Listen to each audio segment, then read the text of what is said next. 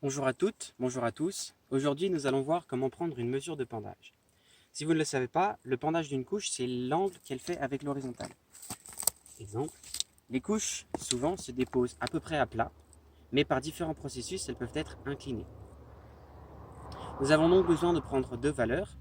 La valeur de l'orientation, qui correspond à l'horizontale de notre plan, qui varie selon la manière dont la plaque est dont la strate est penchée, et enfin l'angle qu'elle fait avec l'horizontale.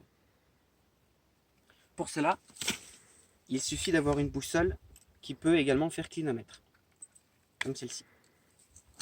Donc, cette boussole est une boussole à peu près standard. Elle a également un niveau ici pour bien repérer l'horizontale. Et on voit une aiguille noire ici qui correspond à celle clinomètre. Donc, pour prendre la valeur, c'est très simple. Il faut coller le bord de notre boussole contre la paroi. Vérifier que la bulle est bien dans le niveau. Donc là, on est à l'horizontale. On tourne la molette de l'azimut et on peut lire la valeur ici. Nous sommes à nord 118, à peu près. Ensuite, on oriente la boussole est-ouest, puisque la valeur pour prendre l'angle d'inclinaison est ici.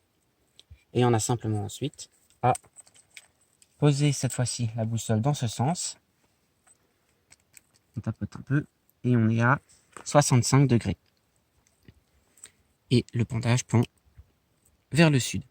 Le pendage de cette couche est donc nord 118, 65 sud. Nous allons désormais voir comment reporter la valeur de pendage sur une carte. Tout d'abord, il faut pointer sur la carte l'endroit où l'on a pris la mesure. Ensuite, on doit remettre sur la boussole la valeur de la direction de la couche que l'on avait mesurée. C'était nord 118. Ensuite, on positionne la boussole de sorte que les lignes verticales du cadran soient alignées avec les lignes verticales de la carte. Cette manipulation permet de tracer une ligne orientée nord 118 du côté de la boussole. On trace donc un petit trait au niveau de l'endroit où on se trouvait. On complète ensuite cette marque par un petit trait perpendiculaire qui pointe vers la direction de pendage, ici globalement le sud. Un dernier détail que l'on peut ajouter est tout simplement les valeurs que l'on a relevées. On indique donc l'angle de pendage et l'angle d'orientation.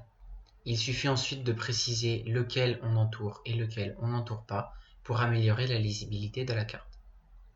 Ce sera tout pour cette fois, merci beaucoup, au revoir.